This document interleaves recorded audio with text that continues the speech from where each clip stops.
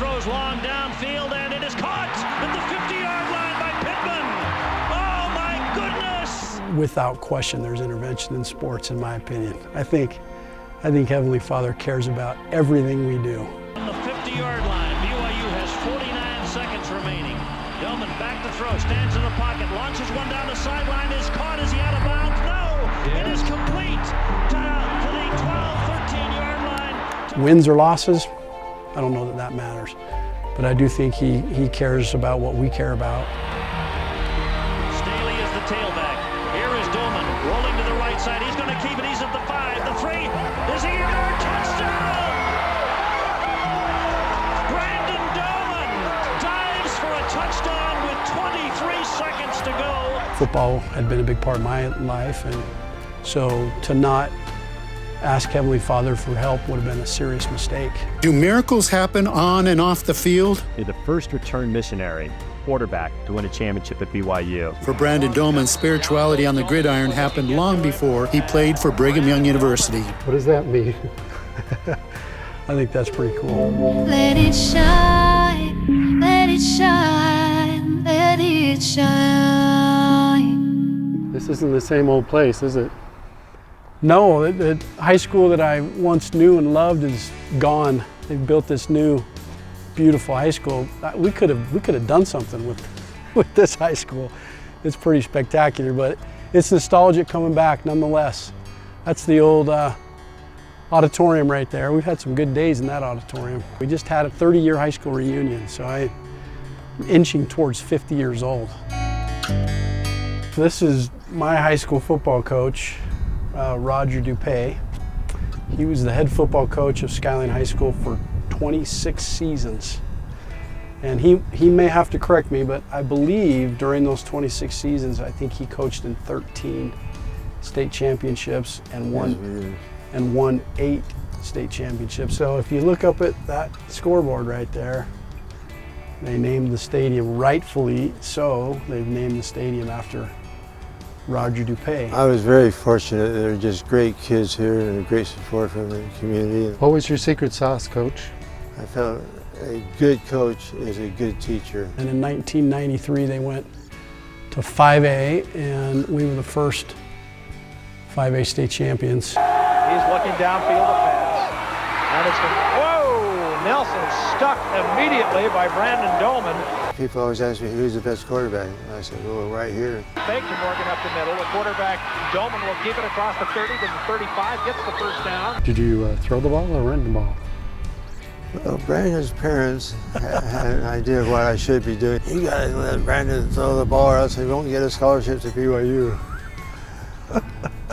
I usually we threw the ball maybe 5 to 7 times a game. That's not bad. Back, Doman will throw long. He's got Alba, and Alba takes the tip pass down to the 10. He'll go into the end zone for the touchdown. And that one looked to be intercepted all the way by Sean Peterson. It's off his fingers. We only needed 5 completions a game. That's all we needed. That was it. To get your parents off my back. That's right. How did faith play a part here at Skyline? When we were playing, he would offer a prayer, and tradition was that we would hold hands. He never cut any players. If they could come to practice and they were willing to do the work and come to the weight room and be a teammate, they got to play on the team. He had created an unusual tradition of family, of brotherhood, of faith. For me, during the Skyline years, I became a bishop. He had 10 children? How many children? 10. 10 children. When he was coaching us, he was the bishop of his ward, and so he would leave practice and have to go home, and the days were long. Like he said, we'd start at 6 o'clock. The days were real long, I'd leave earlier.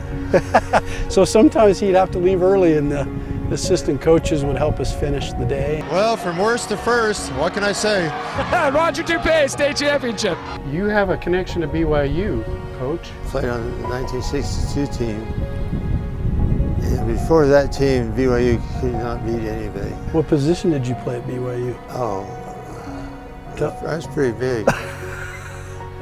I was a guard, but we ran the single wing, so a lot of double teams. Offensive lineman. Yeah. Look how big he is.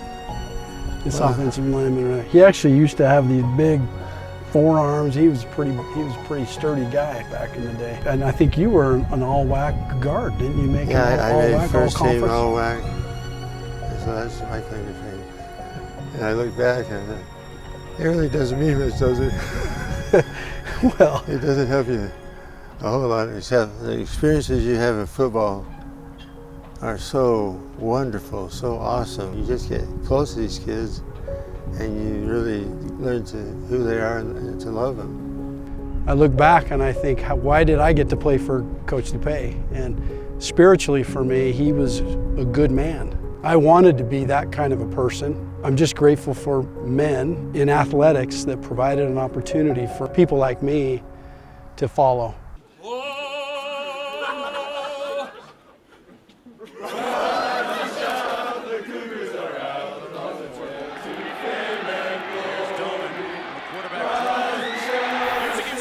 When I was at BYU, my teammates gave me the nickname Dominator. And it was during the same time when the movie Gladiator had just come out. Break it down, BD. Break it down.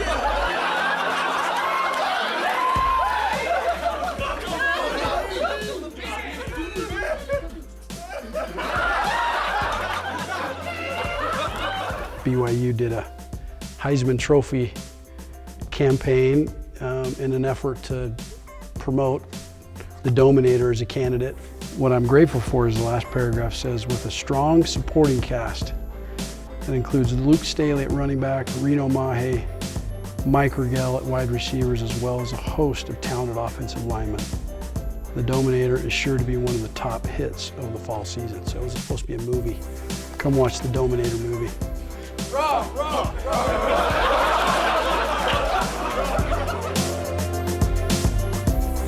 That almost didn't happen, did it? No. The year prior to, the year 2000, I was just one of the backups on the football team. I served my mission in Bahia Blanca, Argentina. I developed a testimony that Jesus Christ lives, and I wanted to be a disciple of his. How hard was it to get back into shape? Hard, yeah. Getting back into shape, coming home off a mission is no small task. You'd think that you'd be able to do something on a mission. In Argentina, it was dirt roads, cold weather, wanting so badly to be a good missionary and work that it just was near impossible to do anything to stay in shape. They didn't want you to be a quarterback, did they? When I got home from my mission, it became clear to me that they had a cupboard full of quarterbacks and that they had anticipated that I would be an athlete and probably play a different position than quarterback. I actually got in the car and I drove up to the University of Utah and I walked right into the football office. I didn't make an appointment, I just walked in. And the gal that was sitting at the front desk, was quite confused as to what I was doing and why I thought I could just walk in and see Coach McBride. She said, who are you? And I said, will you just buzz him and tell him that Brandon Doman is here in the lobby and that I want to meet with him? And she did. So she buzzed up and he said, send him up. And I'll never forget walking up the stairs and going down the hallway to his office and sitting down in Coach McBride's office and telling him that I wasn't certain that I was going to play football for BYU anymore and that I wanted to come to the University of Utah. He said, Brandon, we would love to have you. There's a scholarship here for you. We want you at quarterback. We would love to have you here. And then he said, you need to go home tonight and you need to really think through this and make sure this is what you want to do. Rather than saying, hey, let's go down to the locker room and let's get your gear and let's get you ready to go. Respectfully, he said, go home tonight and really think through it. He didn't say go home and pray about it, but that's what I did. I went home that night. I knew that Utah wanted me, and now I had an opportunity to make a choice.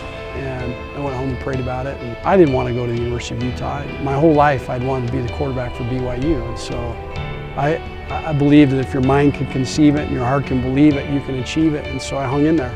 I never called him back. I never went back. I enrolled at BYU and did everything I could possibly conjure in my mind to be the quarterback at BYU. And thankfully it worked out. There, Doman on the run. The pressure's on. Now he throws. Has his man. Touchdown, Luke Staley.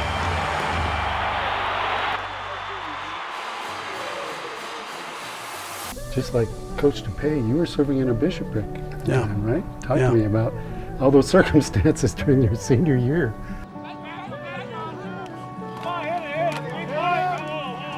I got called into a married student ward bishopric as the second counselor in the bishopric. And I didn't know what I didn't know. I just said, of course I'll accept that calling. But that meant when we'd get home at 4 o'clock in the morning from a road game on a Saturday night, Sunday morning, everybody'd go home and go to bed. At 7 o'clock I had to be at a bishopric meeting. But it focused my heart and my soul on the right things. It enabled me to remember what was most important in my life.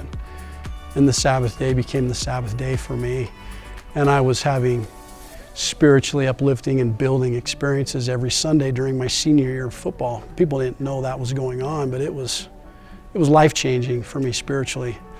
And in my ward was this Polynesian slot receiver named Junior Reno Mahe.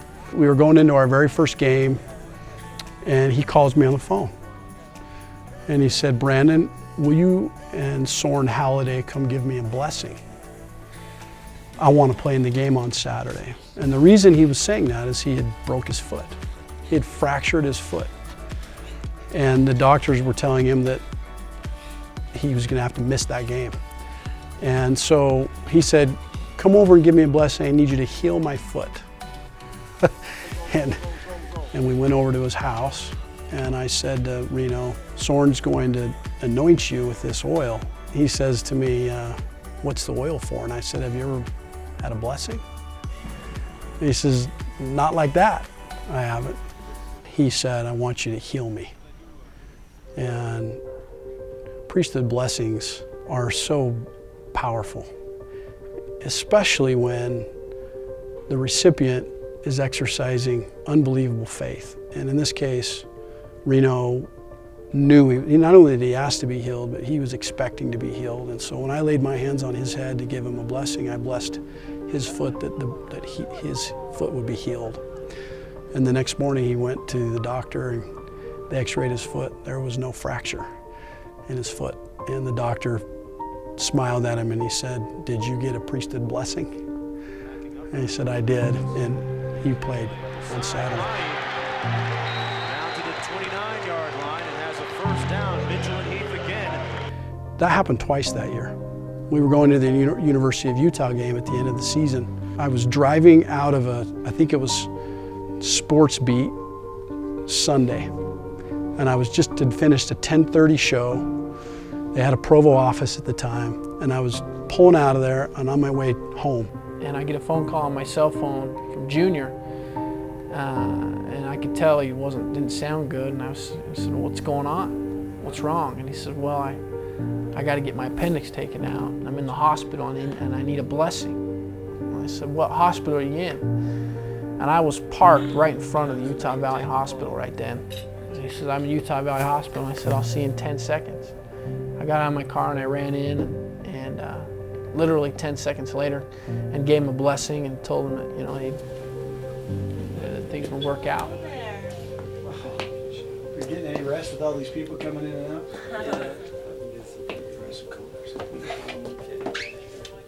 You all right?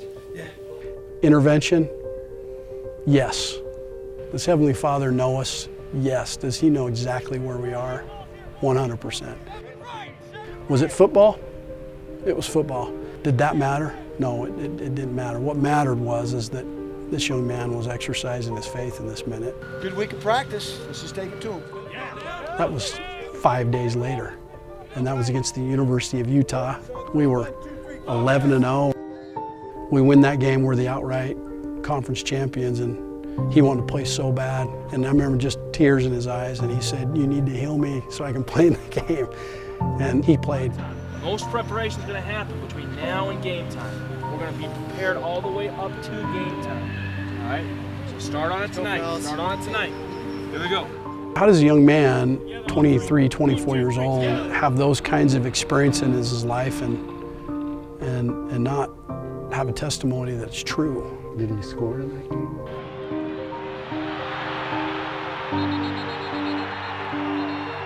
We were losing. and we needed something major to happen, and we had to make a comeback. And he made a couple unbelievable plays towards the end. Big catches. I remember throwing him a ball down the middle of the field that he had to catch. That was a big conversion for us that we needed. But the big play was he ran a corner route going into the south end zone and beat his guy. And I had to throw a ball up over the top that he had to make a great catch on. And he made the catch in the corner of the end zone, which catapulted us into the next 2 touchdowns that we had to score.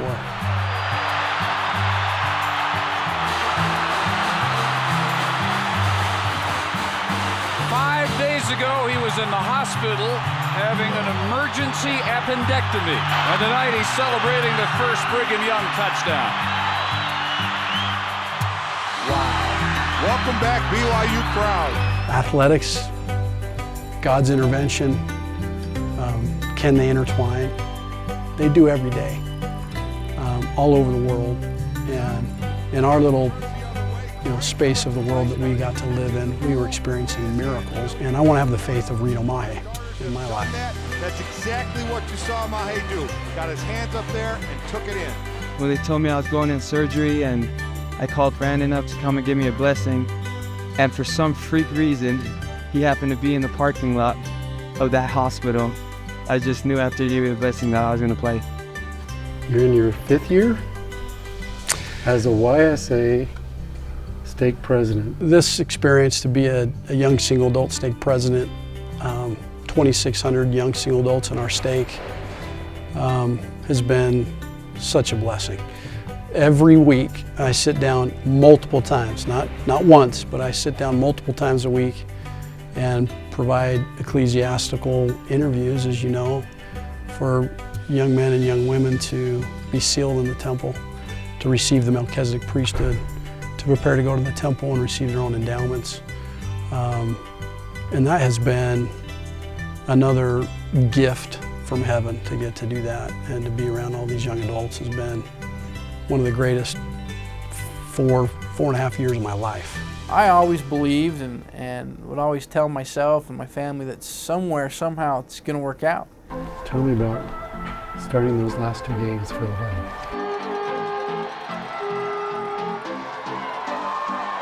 They really didn't have anywhere else to go but to ask me to be the quarterback. We were struggling as a team, and I think I was the beneficiary of being entirely different than everybody else that had played quarterback there for a handful of years. A team that needed a spark. Charlie got injured. It was halftime, so 3rd to last game. We were losing like 41-0 at halftime.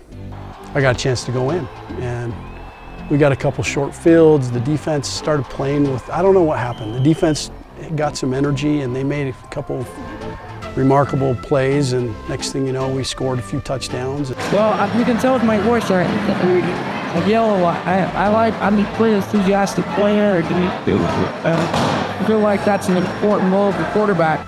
The next game, Coach Edwards named me the starter, and we had a bye week going into that last game, which gave time. And so I had some time to practice with the team and just get integrated a little bit more. But I was, more than 3/4 of the way through my junior year. I was 23 years old. And just get ourselves ready to get what we have to do to win these last 2 games and just keep it all going. So it'll be at 3 o'clock tomorrow. Everybody up. Let's do this, fellas. Come on. Go. All right, win on 3. 1, 2, 3. Is there any kind of intervention in sports, do you think? I would pray and ask for heaven's help every time I played. And as I had my first chance to be the quarterback, it was LaVell Edwards' last game to ever coach at BYU.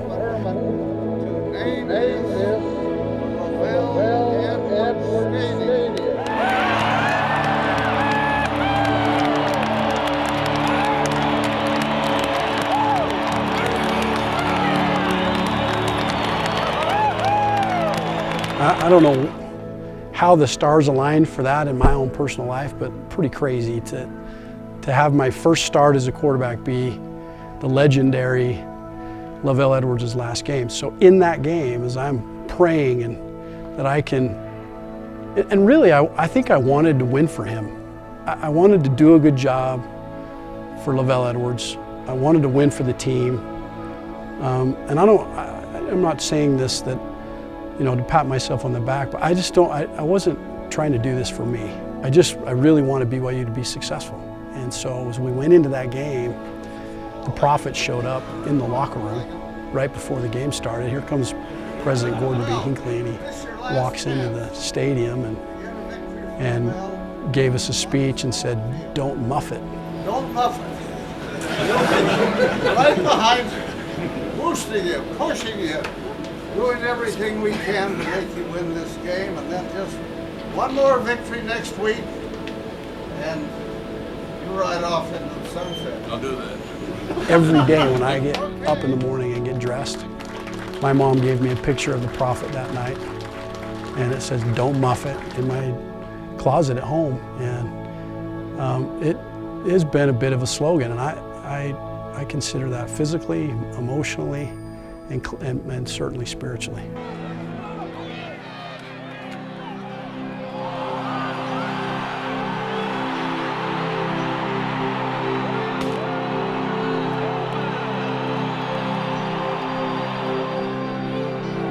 Sweaty ball right. You lose to 1-0 in LaVell Edwards Stadium history.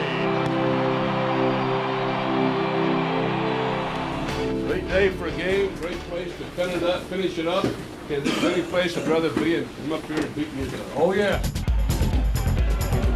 play action fake. Lobs one over the middle. This will go for a touchdown. The 10, the 5, and touchdown to the tight end, Matt Nickel.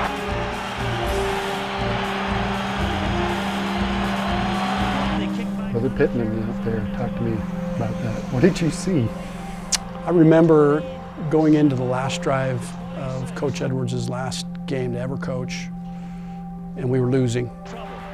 I looked out over to the left, and it was 4th down and 13, and the game was over. At least the University of Utah players and fans thought it was over, and we didn't. In the huddle, we figured we still had a big-time fighting chance to win this game. So I sprinted out to the left, and Jonathan Pittman was running down the left side of the field. He was covered by 2 or 3 defenders. But there was a dead spot, and I could see that if I threw it in towards the hash marks a little bit, it would give him a chance to make a jump ball catch, but if I would have thrown it into the mess, it would have been a lot harder. So I threw it into the kind of the dead spot of the field, and he ran over there and caught the ball. And when he caught the ball, it was 2-minute drill, and we were running out of time, so we just sprinted down the field. I was looking over the sideline of the coaches to get another play, to run another play. And they were signaling to me 64. And if I held my fingers up like this, without shaking them, if I just held it straight up, that meant 64. He was supposed to run a 10-yard out. Instead, Jonathan was signaling, he was shaking down, he was signaling 58, which meant he wanted to run a fade route. He wanted to run a go route down the sideline. And I was saying, no, run 64. And he was going, not going to, I'm running 58. When I looked over to the side over here, and the receiver was saying, okay, I got 64, I'm gonna run it. So I dropped back, ready to throw 64 to the right.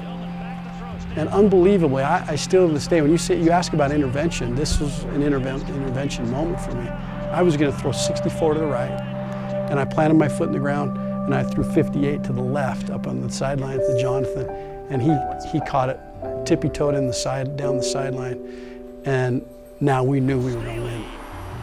All we had to do was kick a field goal to win, but that wasn't gonna be good enough, so handed the ball off to Luke Staley, and he ran us down to the 4-yard line, and then they called a quarterback sweep. Wouldn't even have it in the playbook, for heaven's sakes. But Robbie Bosco came out and said, we're gonna run QB sweep to the right. Everybody blocked like you've never blocked before, and I got to run the ball into the end zone and score that last touchdown. So it's a pretty remarkable drive. Pretty remarkable. And again, for me, intervention, yes, I believe in that for sure. Looking to throw back, throws over the middle, it is complete for a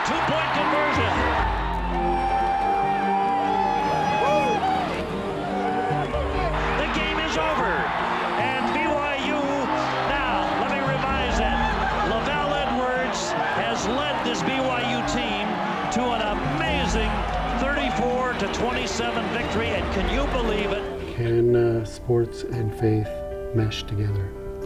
I cannot imagine having played sports without faith. And I've played for teams at BYU where it was completely integrated. I've played in high school and youth environments where we didn't play for an institution that sponsored the athletics, but faith was there. It was a part of every practice. It was a part of every game. When I was in the NFL and I went into the locker room as a rookie quarterback for the 49ers, I'll never forget Brigham Young coming over and grabbing me. He was the highest paid player on the team, an all-pro nose guard, defensive tackle.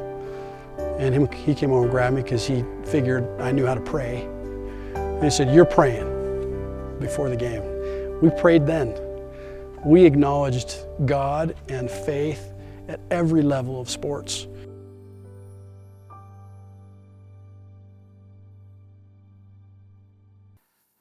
Everywhere I go,